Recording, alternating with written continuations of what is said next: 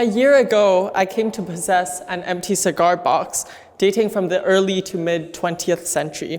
at about 1920. Although the box wasn't made from particularly expensive wood, and the box felt rather flimsy when I held it, I couldn't help but admire the intricate sketches of cities where the cigars were produced, located in the interior of the box under the lid. I also noticed the words handmade were dominantly displayed in large cursive script on the side of the exterior, adorned by a laurel-like pattern. After wiping off a light film of dust on top of the box, I placed the 100-year-old artifact on my table, a prized art piece that I keep on the desk, which I dreamingly gaze at when I'm out of ideas for any assignment, looking for wisdom and inspiration from its age. Similarly, this bedrug made by Phoebe Denison Billings in 1741 was not constructed to be a piece of art, but rather a necessary tool for the couple, Ebenezer Billings and Phoebe Denison Billings, to protect the couple from the cold New England winters since they lived in Connecticut. Looking into the manuscripts of Dr. Henry Perkins Moseley, the donor of the piece,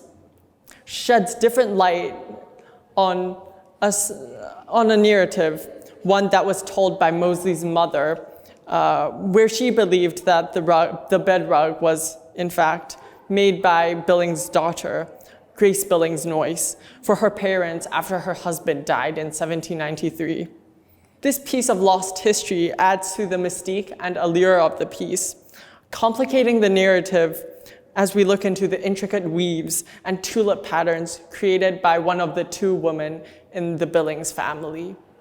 The cigar box on top of my desk also has its fair share of complex and challenging histories, particularly the blue Union label that wrapped around the box, which signified that the box were in fact Union-made and made by white labor. Understanding the complex history and stories behind artifact turned art allows us to appreciate the difficulties surrounding the making of pieces, providing a glimpse into the less automated past. The handmade nature of this rug, whether it was made by Phoebe or Grace Billings, is exemplified as we zoom in on the detailed weaving technique.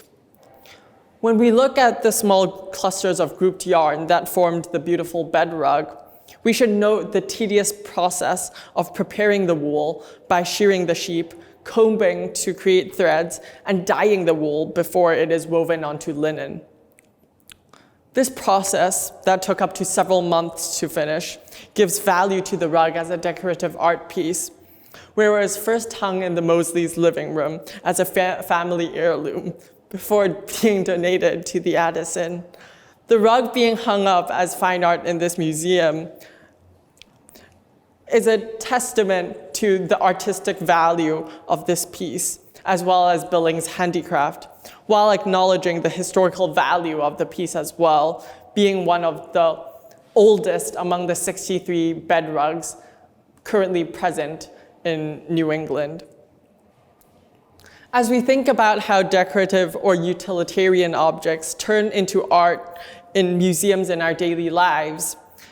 we see the effort and the intrinsic beauty behind these objects, while simultaneously pushing the border of what we know as art.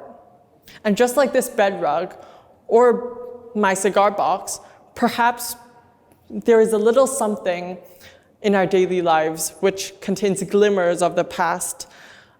hidden behind the handicraft, something that we can all call as art.